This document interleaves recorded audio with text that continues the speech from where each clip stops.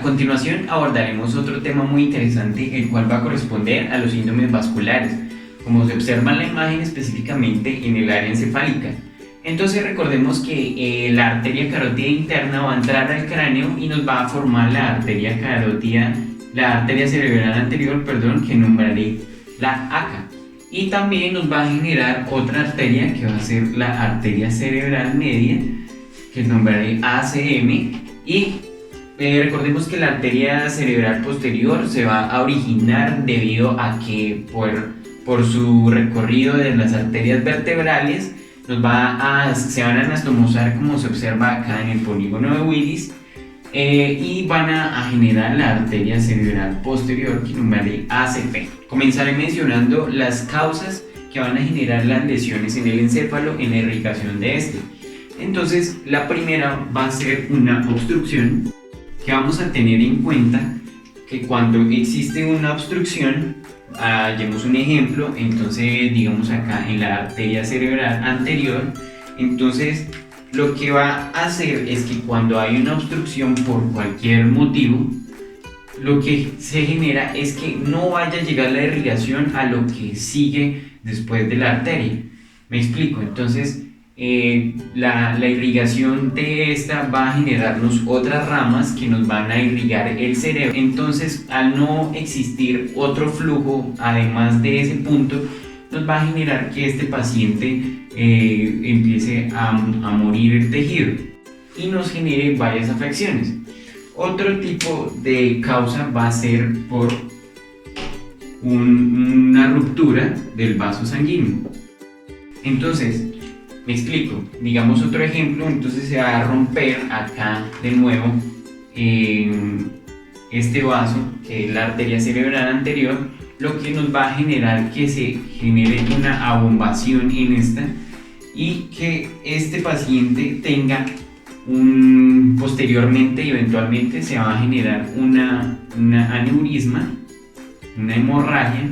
Entonces lo que va a hacer es que también, no va a seguir fluyendo lo que es la irrigación de la parte posterior a donde está la lesión, y nos va a generar que también exista una muerte de ese lado. Y eventualmente tenemos que, cuando existe esta coagulación, pues esto se va a tornar que se va a quedar ahí. Entonces va a generar una presión hacia arriba. Entonces el cerebro lo que va a hacer es que se va a subir y va a generarnos una presión en ese lugar y nos va a manifestar varias lesiones. Esto se considera una lesión o un accidente cerebrovascular. Bueno, posteriormente vamos a tener que según la lesión donde este se ubique va a generarnos diferentes manifestaciones clínicas. Entonces vamos a poner como ejemplo una obstrucción o un coágulo que se esté dando acá en la arteria cerebral media, lo cual nos va a generar, como lo expliqué anteriormente, que toda el área que va a estar irrigando la arteria cerebral media pues se ve afectada y se lesione o se muera el tejido y las células que estén en este lugar no sirvan. Entonces recordemos que dos áreas muy importantes que van a estar en este lugar va a ser el área de Wernicke y el área de Broca. Entonces, primero es el área de Broca y luego el área de Wernicke. Entonces vamos a tener que nuestro paciente nos va a manifestar una incomprensión en el habla. Posteriormente vamos a tener que, si existe un coágulo en otra arteria importante, como lo es la arteria cerebral posterior, como se observa acá, entonces vamos a tener que en esta parte, debido a su importancia por la ubicación de los nervios, entonces el paciente nos va a generar, no va a recibir oxígeno en los nervios, lo que nos va a generar que nuestro paciente tenga desviación de la comisura labial, tenga también tosis palpebral, una parálisis facial.